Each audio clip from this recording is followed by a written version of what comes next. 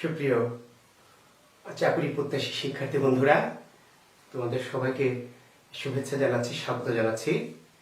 আমি Jewel Kibria sir, 27তম BCS শিক্ষা ক্যাডারের একজন কর্মকর্তা। তো তোমাদের সামনে আবার আজ হাজির হয়েছি। তোমাদের যারা বিশেষ করে বাংলা ব্যাকরণ এই অংশের বিভিন্ন বিষয় নিয়ে দুশ্চিন্তায় আছো বা সমস্যায় আছো বা ব্যাকরণকে বেশি কঠিন বলে মনে হয়, তা আমি এর আগের ক্লাসে বলেছিলাম যে ব্যাকরণকে একটু সহজ করা এবং সরলীকরণ করা, এটি আমার চ্যালেঞ্জ, এটি আমার প্রত্যাশা। তো আমরা সেই সূত্র ধরে সেই প্রত্যাশা এবং সেই চ্যালেঞ্জ নিয়ে আজকে তোমাদের সামনে হাজির হয়েছি। আমরা ব্যাকরণের একটি গুরুত্বপূর্ণ টপিক, যেটি বিশেষ করে বিসিএস এবং অন্যান্য চাকরির পরীক্ষার ক্ষেত্রে অত্যন্ত গুরুত্বপূর্ণ, কিন্তু আপাত দৃষ্টিতে একটু জটিল মনে হয় শিক্ষার্থীদের কাছে। তো সেই একটি বিষয়, সেই বিষয়টির নাম হচ্ছে ধ্বনি পরিবর্তন।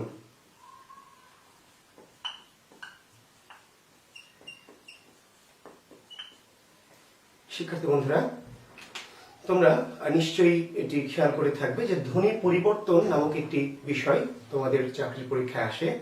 তো সেই বিষয়টি, সেই প্রসঙ্গটি নিয়ে আমি আজকে তোমাদের সামনে হাজির হয়েছি।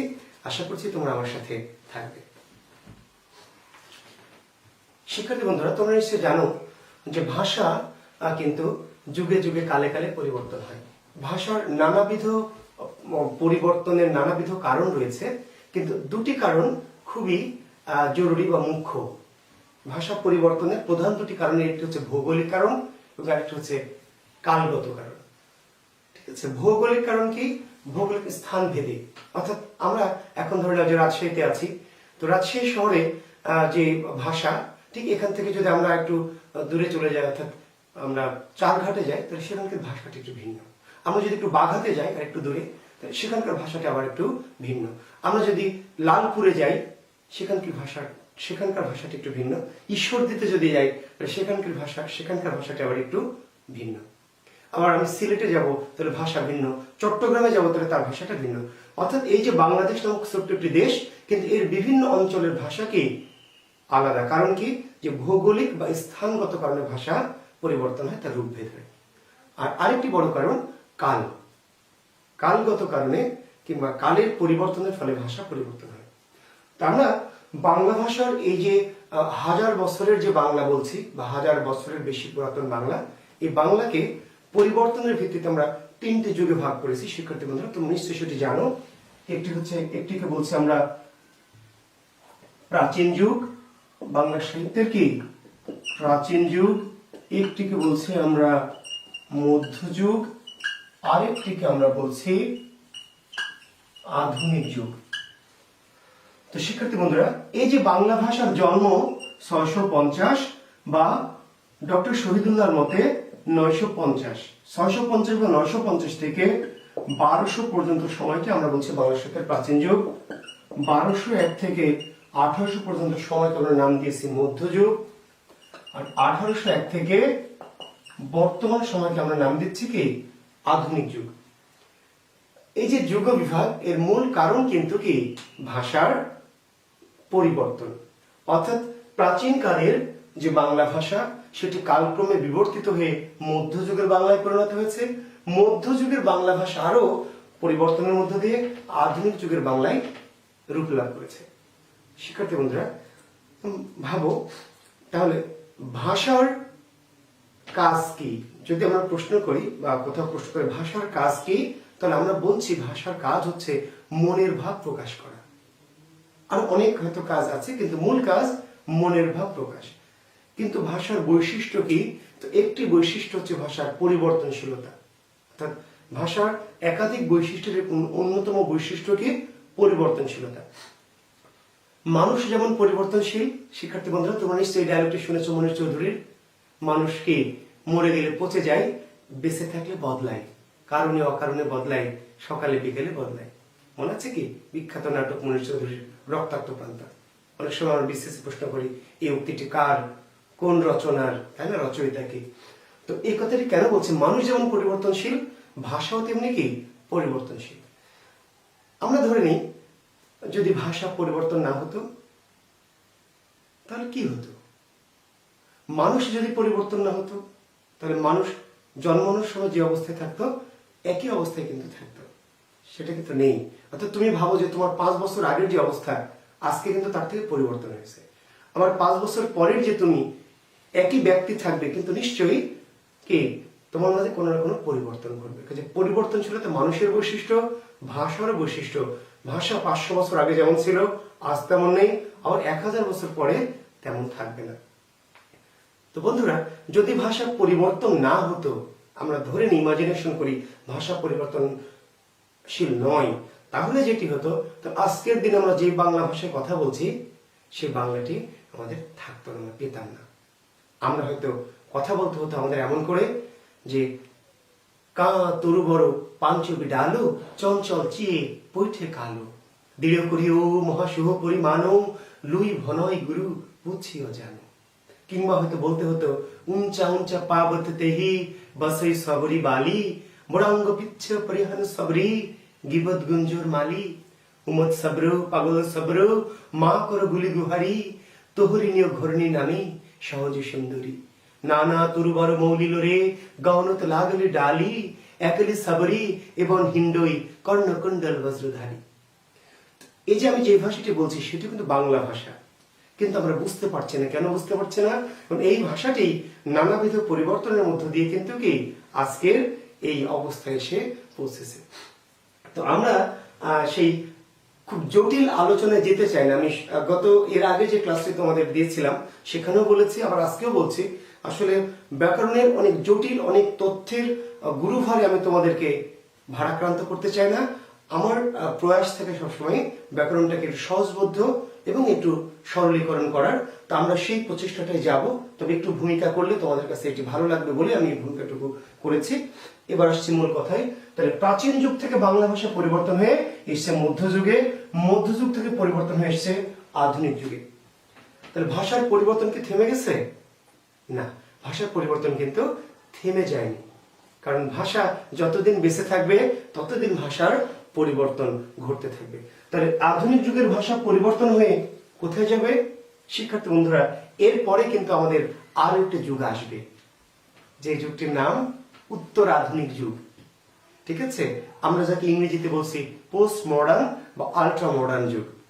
তা আমরা তাহলে এই যে আধুনিক যুগ থেকে কিভাবে ভাষাটি পরিবর্তন হচ্ছে, এখন আমাদের জবের যে পরীক্ষা, সেই পরীক্ষাগুলোতে মূলত শিক্ষার্থী বন্ধুরা প্রাচীনকাল থেকে মধ্যযুগে কেমন করে পরিবর্তন হয়েছে কিংবা মধ্যযুগ থেকে আধুনিক যুগে কেমন করে পরিবর্তন হয়েছে, এই প্রশ্নগুলি কিন্তু বেশি একটা আসে না। বিশেষ পরীক্ষায় কিংবা এ ধরনের প্রতিযোগিতামূলক পরীক্ষায় কোন প্রশ্নটি আসে?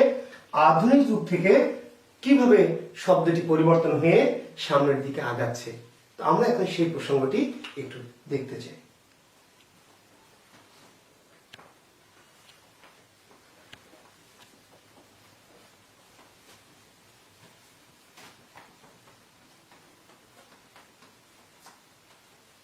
শিক্ষার্থী বন্ধুরা, আমরা এবারে একটি মূল আলোচনায় চলে আসি। শিক্ষার্থী বন্ধুরা দেখো, শব্দটি হচ্ছে স্ত্রী। শব্দটি কিন্তু স্ত্রী, কিন্তু মজার বিষয় স্ত্রী শব্দটিকে স্ত্রী না বলে আমরা বলি স্ত্রী। শব্দটির উচ্চারণ কিন্তু স্ত্রী। আমরা এত কষ্ট করে স্ত্রী এটি না বলে আমরা বলছি কি স্ত্রী। স্ত্রী, যে আমার স্ত্রীর শরীরটা ভালো না, ডাক্তারকে বলছে। কিংবা ধরে নাও যে একটি শব্দ হচ্ছে কি গ্লাস। শিক্ষার্থী বন্ধুরা, গ্লাস, এই গ্লাসকে আমরা বলছি গিলাস। এখন হয়তো তুমি বলতে পারো যে না, আমি তো বলি না স্যার।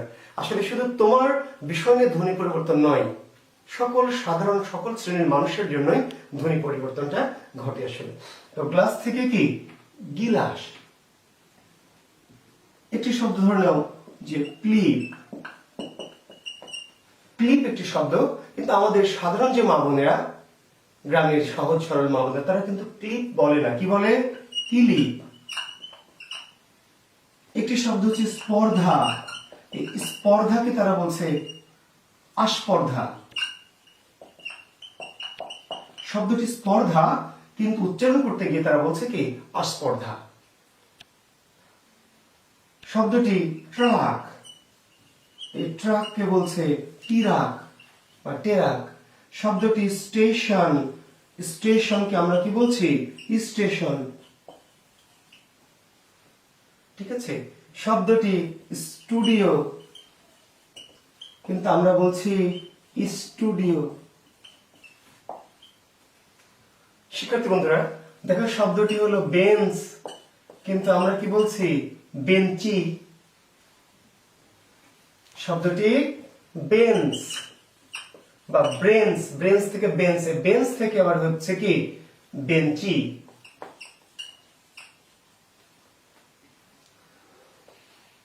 শব্দটি ধরে নাও কি, একটি শব্দ হচ্ছে আমাদের গামছা, বলছি আমরা গামছা, মাঝামাঝি লেখা হয়ে গেছে গামছা, কিন্তু আসলে গামছা না, আমরা এই শব্দটি ছিল মূলত গামোছা।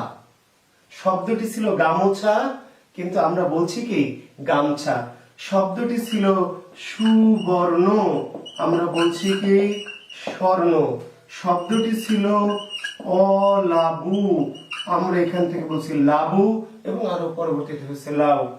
শব্দটি ছিল আশা, আমরা বলছি আশ। কবিতা লিখতে গিয়ে কবিরা মনে ছিল আশা, এটা না বলে কখনো কখনো বলেন মনে ছিল আশ। ঠিক আছে, করবো লাভের চাষ। আবার আশাও বলছেন মনে ছিল আশা, তোমায় নিয়ে বাঁধবো বাসা। অর্থাৎ এই যে শব্দের পরিবর্তনশীল শব্দগুলো কবিরা ছন্দ মেলানোর জন্য, অলংকার মেলানোর জন্য অনেক সময় ব্যবহার করে থাকেন। এখন এই যে আমরা ব্যবহার করছি, কিংবা ধরো রাতি, সেখান থেকে রাত, ঠিক আছে, আজি থেকে আজ, আজি প্রভাতে রবির কর, রবীন্দ্রনাথ তার কবিতায় বললেন আজি প্রভাতে রবির কর, কেমনে পশিল প্রাণের পর, আজি। কিন্তু আমরা আজি শব্দ থেকে পরিবর্তন করে কি বলছি আজ। শিক্ষার্থী বন্ধুরা, তো এইরকম ধ্বনি পরিবর্তন কি এই 10-12টা বা 15-20টা কিংবা 1-200 না, 1-200 নয়, 1-2 হাজার নয়, লক্ষাধিক শব্দ, বর্তমানে কয়েক লক্ষ শব্দ ধ্বনি পরিবর্তনের প্রক্রিয়ার মধ্যে রয়েছে। তাহলে যখন লক্ষ লক্ষ শব্দ ধ্বনি পরিবর্তনের মধ্যে রয়েছে, তাহলে আমাদের বিশেষ যারা আমরা পরীক্ষার্থী, তা আমরা কতগুলি শব্দ পড়ে মনে রাখবো? আমরা হয়তো আমাদের বইয়ে 200 বা 500, 1000, 2000, তুমি যে 10টা বই পড়ো তাহলে 5000 শব্দ আছে। বাংলা ভাষায় পরিবর্তনশীল শব্দ তো 5000 নয়, লক্ষ লক্ষ শব্দ। তাহলে আমাদের এই ক্ষেত্রে উপায়টা কি? আমরা মেমোরাইজ করে যারা বিশেষ ক্যাডার হতে চাই, আসলে এটি অন্তত বাংলা এবং ইংরেজি এই দুটোর ক্ষেত্রে সম্ভব না। এই যে সাহিত্য বা ভাষা, এই ক্ষেত্রে আপনাকে কিন্তু কি করতে হবে, এটা অনুধাবন করতে হবে, এটি বুঝতে হবে। এই বুঝে যদি আমরা উত্তর করতে পারি, তাহলে কিন্তু আমরা সত্যিকার অর্থেই কি পরীক্ষায় ভালো করতে পারবো। আমি এবার যাচ্ছি, তাহলে আমরা আসলে কি করে বুঝতে পারবো? শিক্ষার্থী বন্ধুরা, আমি আবার বলছি যে আপনাকে পড়তে হবে না। ধ্বনি পরিবর্তন আপনি কোনো বই থেকে পড়বেন না, বাংলাদেশের কোনো বই আপনার দরকার নেই। হ্যাঁ, বই যদি থাকে, আপনার কাজ হচ্ছে বই থেকে কি করা, আজকে যেটুকু শিখবেন সেটাকে মিলিয়ে নেওয়া, যে স্যার যেটা বলেছে সেটা আসলে ওখানে ঠিক আছে। তো আমরা আজকে যে মেথডটি শেখাবো আপনাদের, সেই মেথডটির নাম হচ্ছে পিক্টোরিয়াল মেথড। শিক্ষার্থী বন্ধুরা, অ্যাডাল্ট লার্নিং এ আমরা কিছু নিউ মেথড অ্যাডাল্ট লার্নিং এর ক্ষেত্রে আমরা ইমপ্লিমেন্ট করি, প্রয়োগ করি, যেটি চাইল্ড লার্নিং এ নাই। চাইল্ড লার্নিং এ বলছে একটি কবিতার 8 লাইন মুখস্থ লেখো। সে বাচ্চাটি সকালে উঠে আমি মনে মনে বলি, সারাদিন আমি যেন ভালো হয়ে চলি, আদেশ করেন যাহা মোর গুরুজনে, আমি যেন সেই কাজ করি ভালো বলে। মুখস্থ করলো, লিখে দিল, শেষ। ওর বোঝার কিন্তু দরকার নেই। কিন্তু অ্যাডাল্ট লার্নিং এ কিন্তু বোধগম্য একটা বড় বিষয়। ঠিক আছে, তো আমরা এই যে মেথডে আজকে পড়াবো আপনাদের, সেই মেথডটা মেমোরাইজিং মেথড নয়, পিক্টোরিয়াল মেথড, ছবি। আমি এটাকে এইভাবে একটু বুঝিয়ে নিই।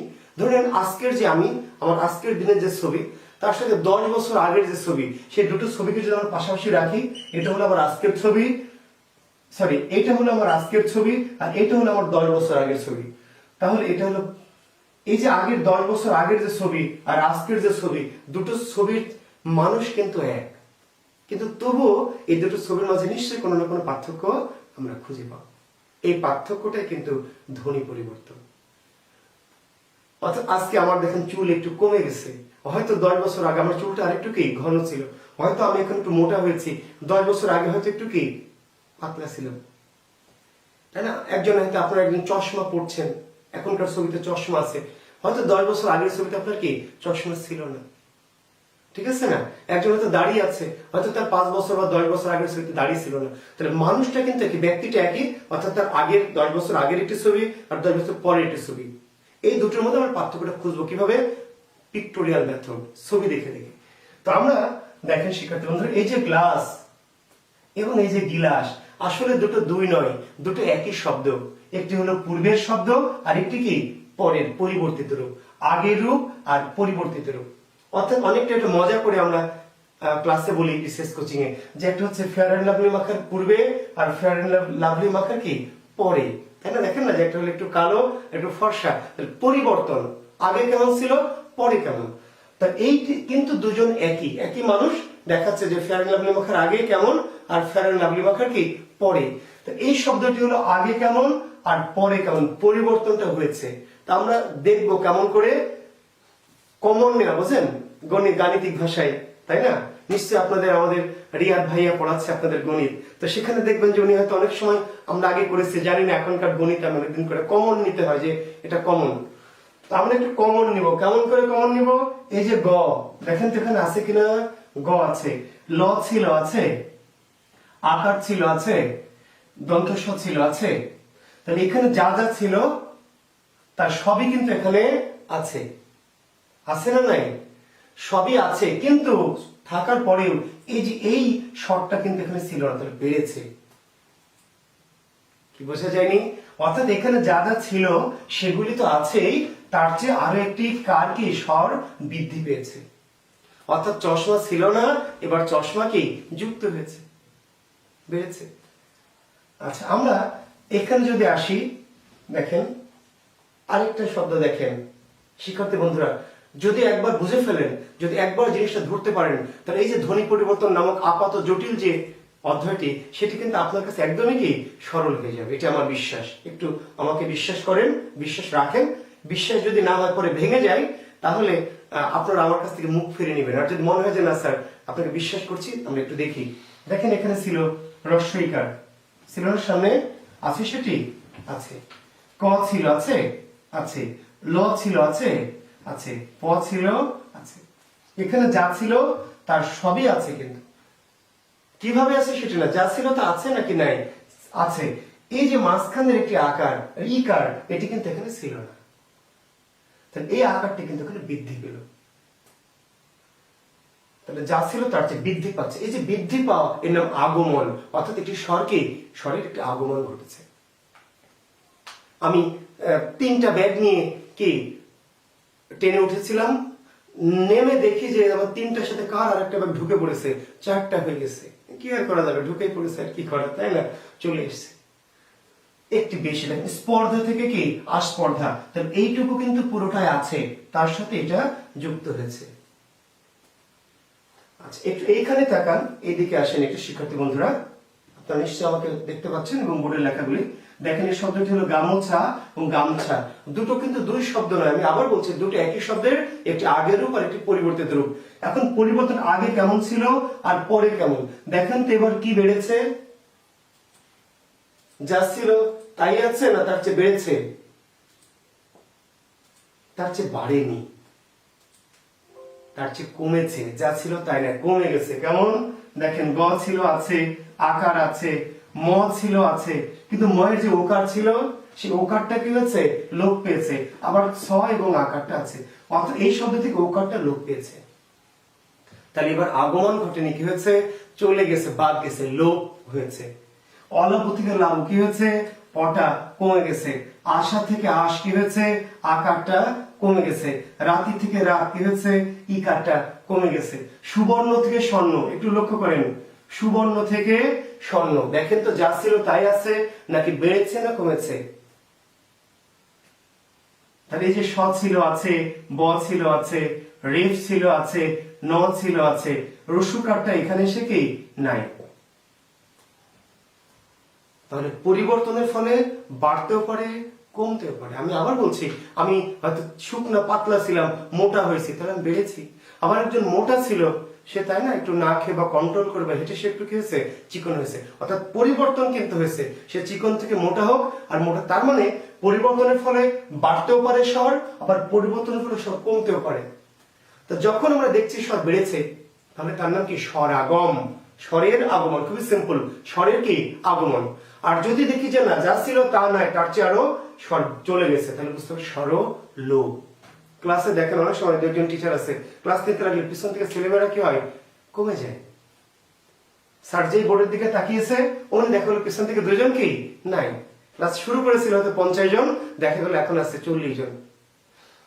আবার অনেক শিক্ষকই আছে ক্লাস শুরু করার পর অনেকেই আবার কি হয় যুক্ত হয়ে যান, এই স্যারের ক্লাস আজকে কি করবো, হয়তো দেরি হয়েছে তো বুঝাবে।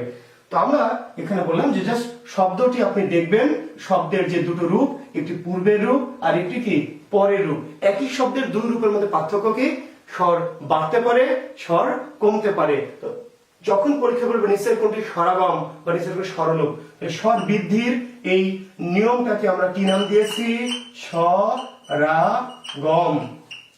স্বরাগম মানে কি স্বরের আগমন, আর স্বর যখন বাদ গেছে এর পরিবর্তনটির নাম কি স্বরলোপ। স্বরের কি বাদ যাওয়া। এখন এই স্বরাগম আর স্বরলোপের উদাহরণ ধরেন যে 5 থেকে 7,000 উদাহরণ বাংলা ভাষায় আছে। এখন এগুলি কি আপনি সকল বই থেকে খুঁজে খুঁজে মেমোরাইজ করবেন, কোনো দরকার নেই। কি করবেন, আপনার যদি কোনো বই থাকে বা একাধিক বই থাকে, আপনি ওখান থেকে স্বরাগম স্বরলোপের উদাহরণগুলো নেবেন, নিয়ে আমার এই পদ্ধতির পিক্টোরিয়াল মেথড দিয়ে আসলে মিলিয়ে দেখবেন যে আমি যে কথাগুলো বলেছি সেটির বাস্তবতা বা সত্যতা আছে কিনা। যদি মনে হয় যে স্যার আপনি যা বলেছেন সেই মতো এটি পারা যাচ্ছে বা মিলে যাচ্ছে, তাহলে মিলে গেল। যদি কোনো অবজেকশন থাকে তা আমাকে জানাতে পারবেন কমেন্টসে, ঠিক আছে। এমন অনেক শব্দ। এখন এইখানে একটি বিষয়, আরেকটি বিষয় আছে শিক্ষার্থী বন্ধুরা, আমি মুছে দিচ্ছিলাম। এখন ধরেন আমরা বুঝলাম যে কোন পরিবর্তন স্বরাগম বা কোন পরিবর্তন স্বরলোপ, কিন্তু পরীক্ষায় কোন পরিবর্তন বলবে না, বলবে কোন স্বরাগম, কোন স্বরাগম কিংবা কোন স্বরলোপ, কোন পরিবর্তন সেটি জিজ্ঞেস করবে না। সেটা জিজ্ঞেস করলে তখন বুঝলাম যে স্বর বাড়লো তাহলে স্বরাগম, স্বর কমে গেল তাহলে স্বরলোপ, কিন্তু জিজ্ঞেস করেছে কোন স্বরলোপ। এখন একটু লক্ষ্য করেন শিক্ষার্থী বন্ধুরা, এই যে গামোছা থেকে গামছা, গামোছা থেকে গামছা, স্বরটা লোপ পেয়েছে, স্বরলোপ। অলাভু থেকে লাভু, এটিও স্বরলোপ। আশা থেকে আশ, এটিও স্বরলোপ।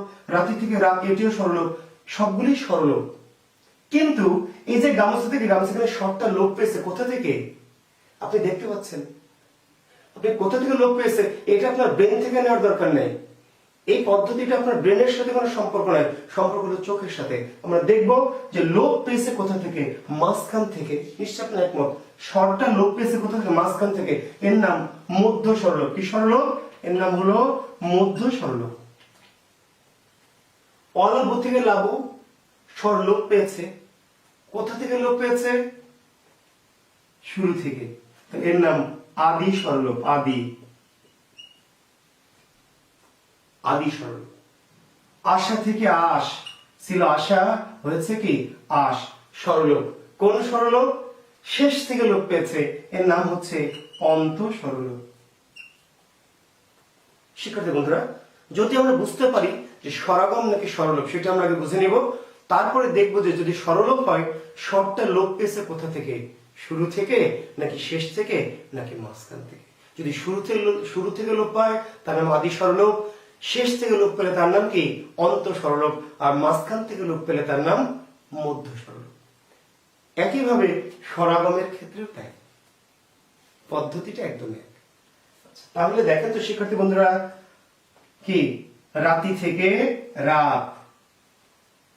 এবার আমাকে আপনার উত্তর দিবেন যে এটি স্বরাগম না স্বরলোপ। তাহলে নিশ্চয়ই স্বরলোপ বলছেন। আচ্ছা, এখন আমাকে বলেন কোন স্বরলোপ? রাতি থেকে রাত কোন স্বরলোপ? শিক্ষার্থী বন্ধুরা, কোন স্বরলোপ? কি মধ্য নাকি আদি নাকি অন্ত?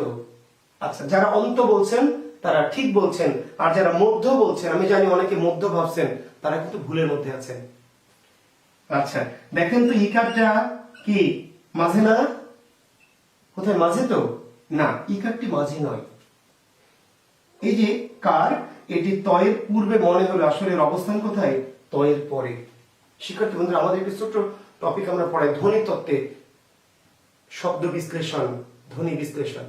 তো সেটি আমি এখন হয়তো করাচ্ছি না, কিন্তু আপনাদের এইটুকু শুধু জানিয়ে রাখি যে কার, বিশেষ করে কার যে ব্যঞ্জনের সঙ্গে থাকবে কখনোই তার পূর্বে তার অবস্থান হতে পারবে না।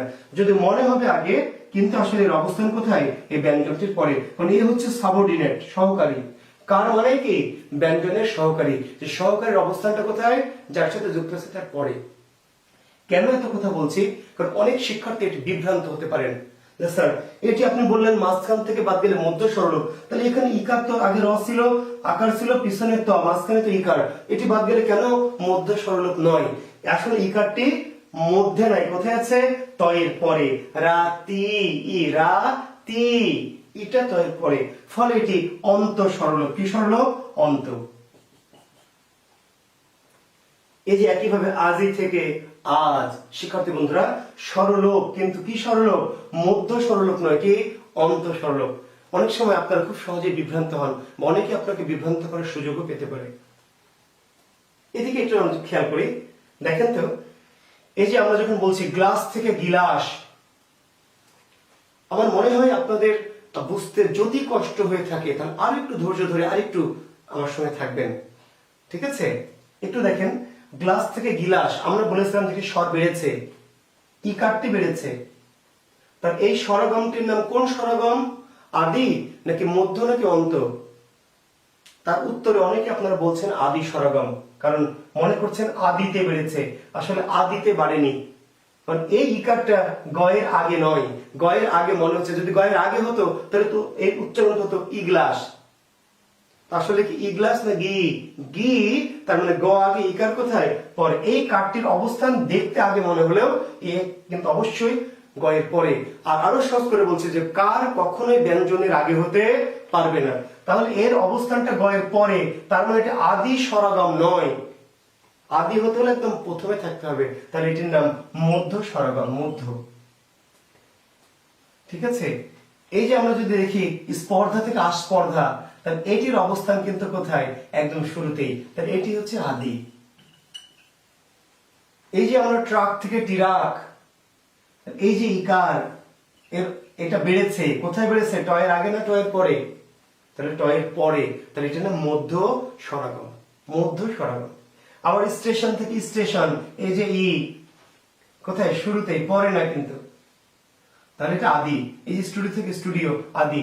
বেঞ্চ থেকে বেঞ্চি, শিক্ষার্থী বন্ধুরা এই জায়গাটা একবার দেখে নাও, নিশ্চয়ই এটি স্বরগম, স্বর বাড়ল, অর্থাৎ এই কাঠ ছিল আছে, ব ছিল আছে, ছিল আছে, এই কাঠটি এই কাঠটি বেড়ে বৃদ্ধি পেয়েছে, তাহলে স্বরগম। কোন স্বরগম? তার উত্তর অন্ত স্বরগম। যদি কারো মনে হয় মধ্য স্বরগম, তাহলে বুঝতে হবে যে সে আমার ক্লাসটুকু ভালো মতো বোঝেনি অথবা শোনেনি। বেঞ্চি, এই ইকারের অবস্থান মাঝে না, কোথায়? ইয়চয়ের পরে। মনে হচ্ছে এখানে অবস্থান, কিন্তু বৃদ্ধি পাওয়ার অবস্থানটা আসলে এখানে নয়। যদি এইখানে হতো তাহলে আমাকে উচ্চারণ করতে হতো বেইনস, আসলে আমরা বেইনস বলছি না, কি বলছি? বেঞ্চ ই, তাহলে ই এর অবস্থান পরে। আর ওই যে আরো সহজ করতেছে, কার কখনোই যার সাথে আছে তার সামনে থাকবে না, তার শেষে থাকবে। তাহলে এটি কোন স্বরগম? এটির নাম হচ্ছে অন্ত স্বরগম। কি স্বরগম? অন্ত।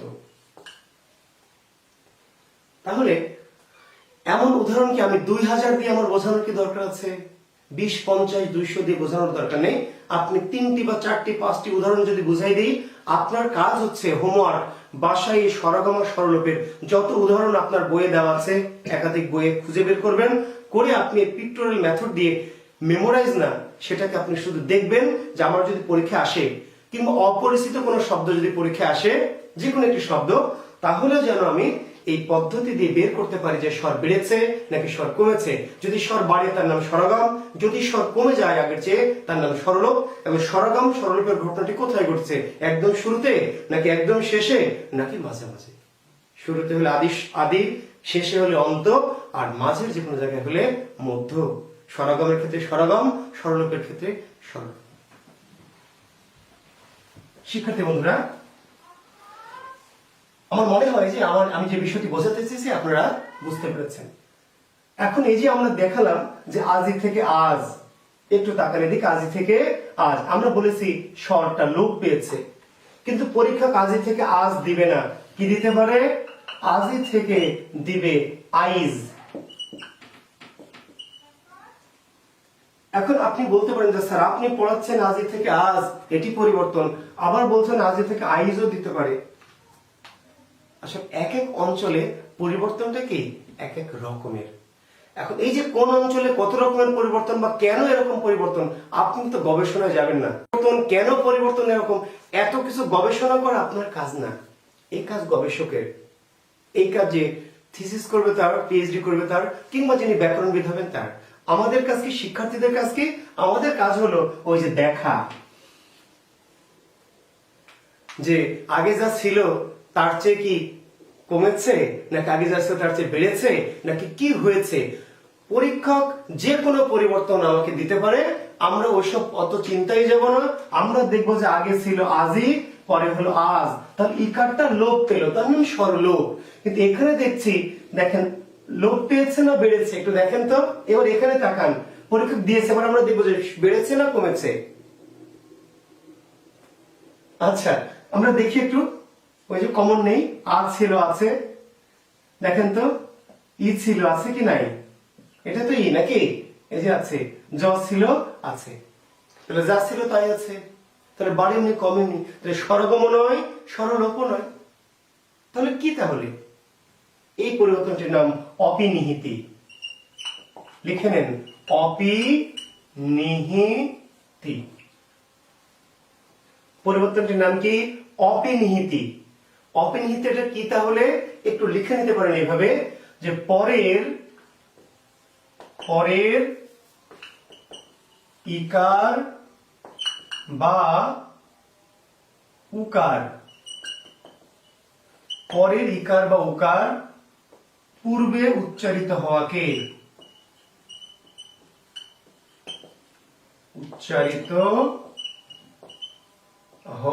বলে অপিনিহিতি।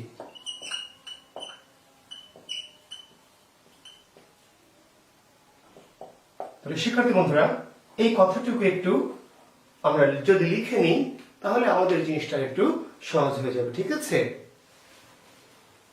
তাহলে আমরা দেখছি যে পরের, এটুকু নিশ্চয়ই লিখে নিচ্ছেন আপনারা, পরের ইকার বা উকার পূর্বে উচ্চারিত হওয়াকে বলে অপিনিহিতি। সহজ কথা, ইকার বা উকারটি বাদ যাবে না, কি হবে, যার উচ্চারণটি পরে হওয়ার কথা ছিল সেটি আগে উচ্চারিত হয়ে যাবে। তাহলে এই যে আজি, আমি কিন্তু বারবার বলেছি এই ই কিন্তু জয়ের আগে নয়। কেন আগে নয়? কারণ আমরা উচ্চারণ করছি আজি।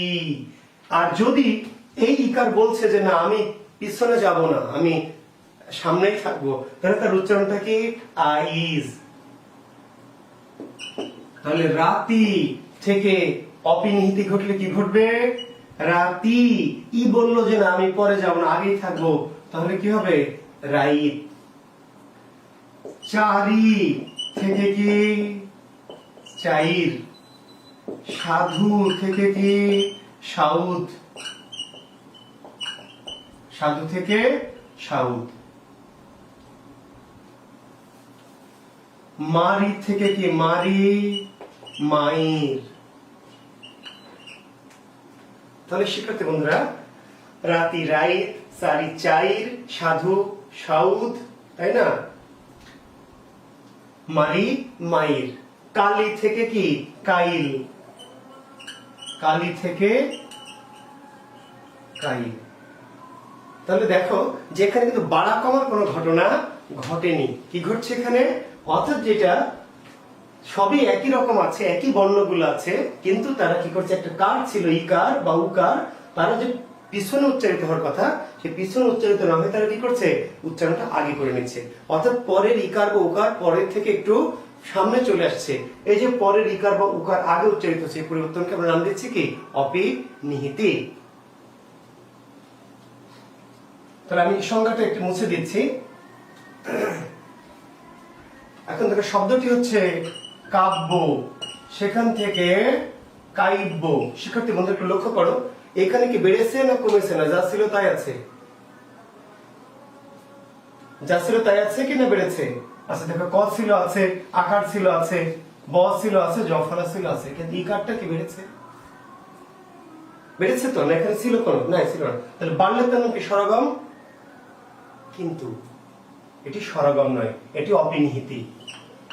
অপিনিহিতি। শিক্ষার্থী বন্ধু এইবার কিন্তু একটু ঝামেলা মনে হচ্ছে। দেখো প্রথমে শুরু করলাম কত সুন্দর ভাবে সহজ করে, মনে হলো যে কি সুন্দর, স্বর বাড়লে স্বরাগম, স্বর কমলে কি স্বরলোপ, যদি বাড়েও নি কমেও নি পরের ইকার বা উকারটা পিছন থেকে আগে চলে এলো তাহলে অপিনিহিতি, ঠিক আছে, বাড়া কমা নাই, ইকার বা উকার পিছন থেকে আগে এলো। কিন্তু এবার যে বাড়লো, তো বাড়লে তাহলে স্বরাগম না অপিনিহিতি হলো, তাহলে অপিনিহিতির সাথে স্বরাগম তো গুলিয়ে যাবে, তাহলে তো ওই আগের যা ছিল সরলীকরণ হলো কই, তাহলে তো জটিলীকরণই থাকলো। আচ্ছা, স্বর বাড়লে তাহলে স্বরাগম, কিন্তু একটি কিন্তু আছে, কিন্তুটা কি, কিন্তু হচ্ছে জফলা যুক্ত শব্দে, কি শব্দে, জফলা যুক্ত শব্দে ই এর আগমন, ই এর আগমন অপিনিহিতি।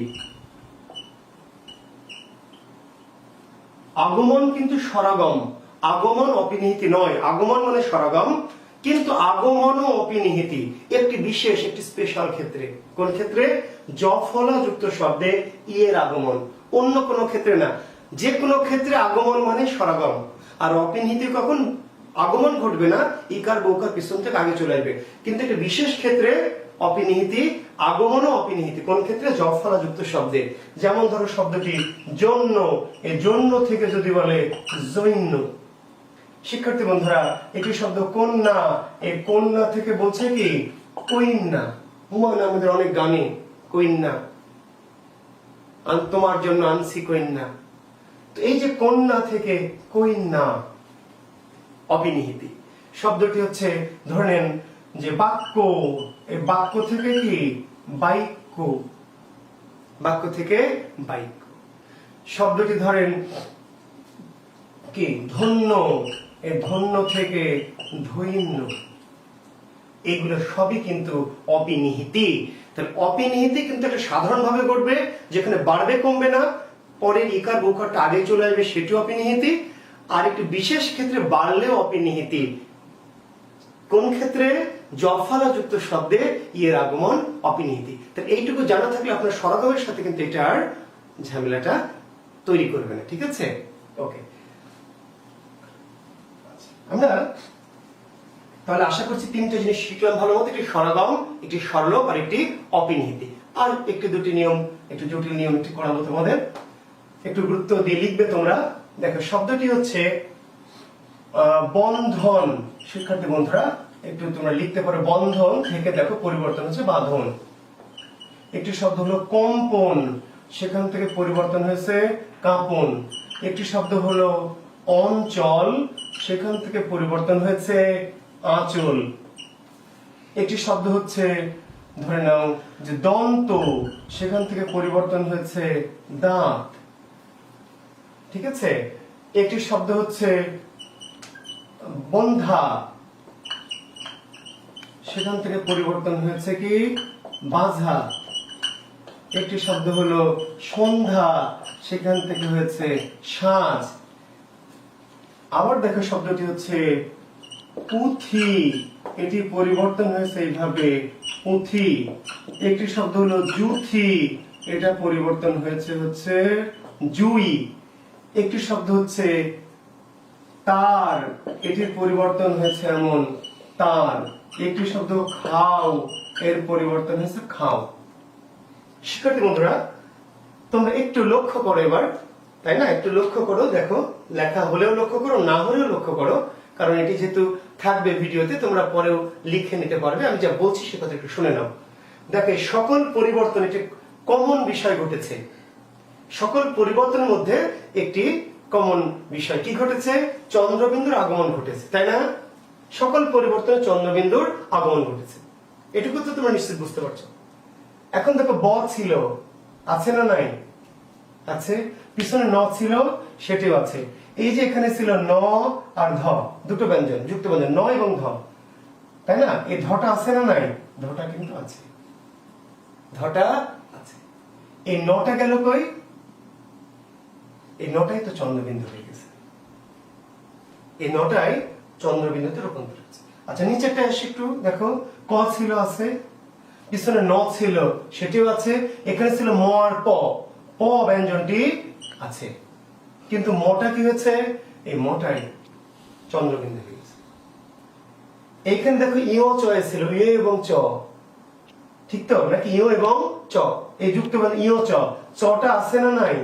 চটা কিন্তু আছে। আর ইওটা গেল কই?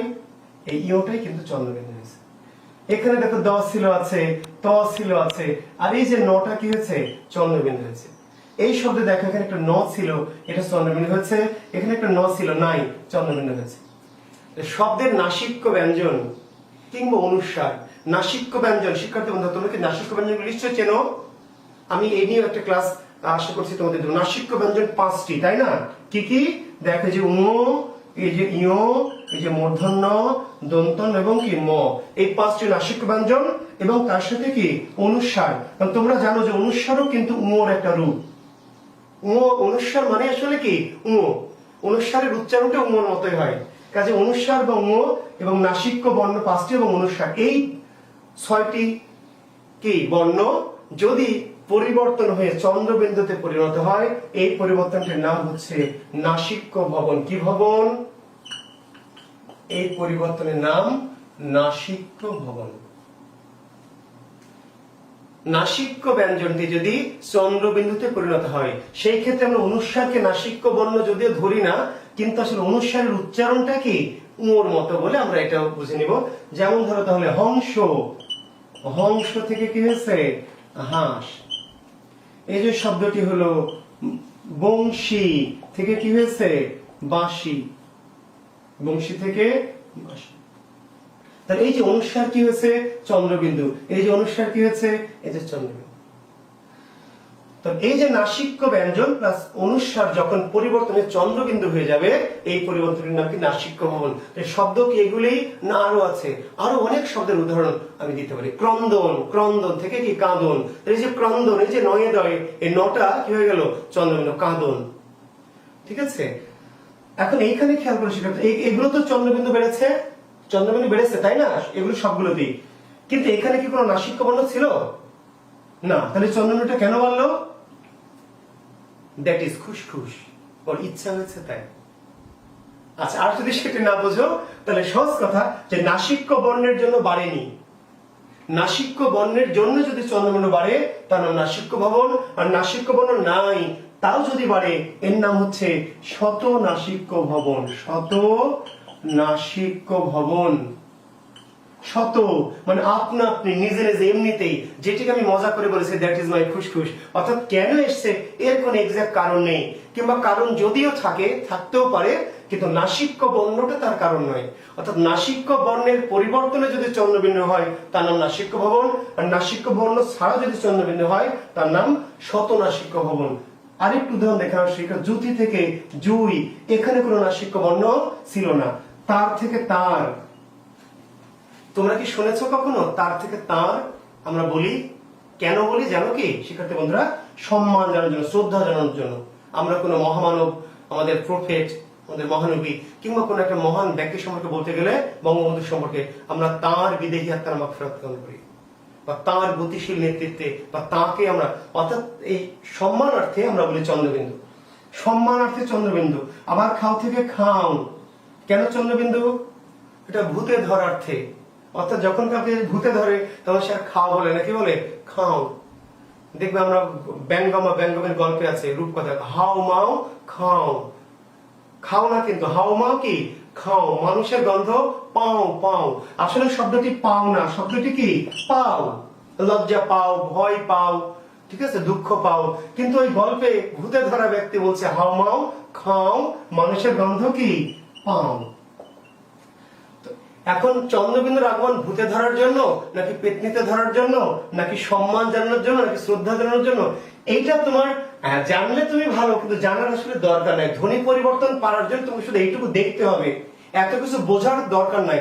আমি জানি বলে একটু জানালাম, কিন্তু তোমার শুধু কাজ হচ্ছে একটি, যে এই যে চন্দ্রবিন্দু আগে ছিল না, বেড়েছে। চন্দ্রবিন্দু আগে ছিল না, পরে বেড়েছে। চন্দ্রবিন্দু আগে ছিল না, পরে বেড়েছে। চন্দ্রবিন্দু বেড়েছে কারণটা কি? নাসিক্য বর্ণ বা অনুষ্ঠান ছিল, তার পরিবর্তে বেড়েছে, তার নাসিক্য ভবন।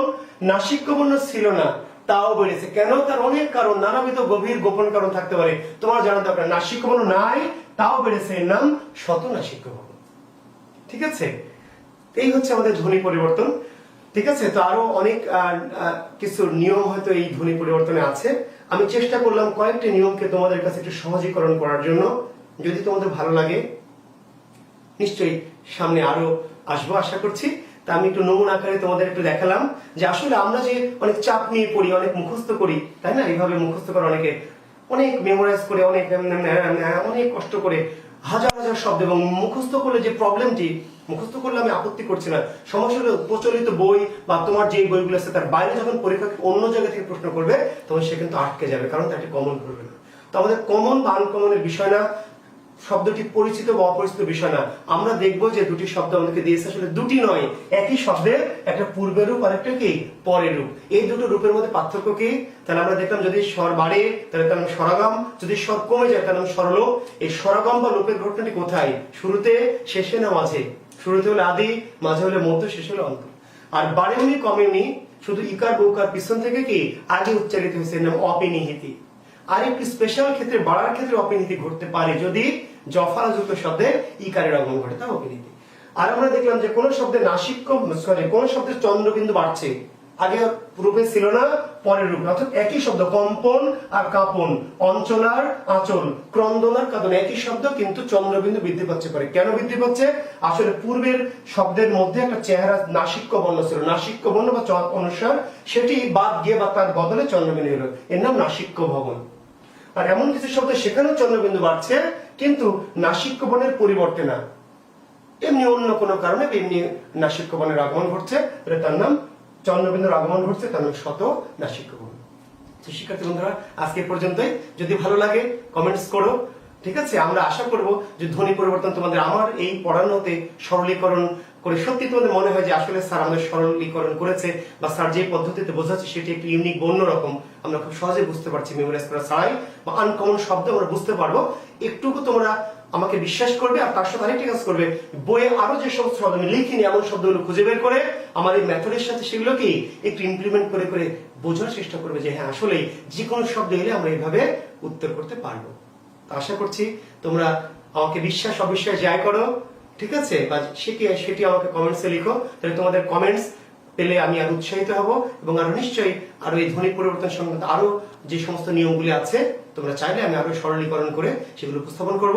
সামনে আবার নিশ্চয়ই তোমাদের সাথে দেখা হবে। শিক্ষার্থী বন্ধুরা ভালো থেকো, পড়াশোনা করো, আর একটু স্বাস্থ্যবিধি মেনে থেকো, ঠিক আছে? তো সবার সাথে আবার দেখা হবে সামনের দিন। আল্লাহ হাফেজ।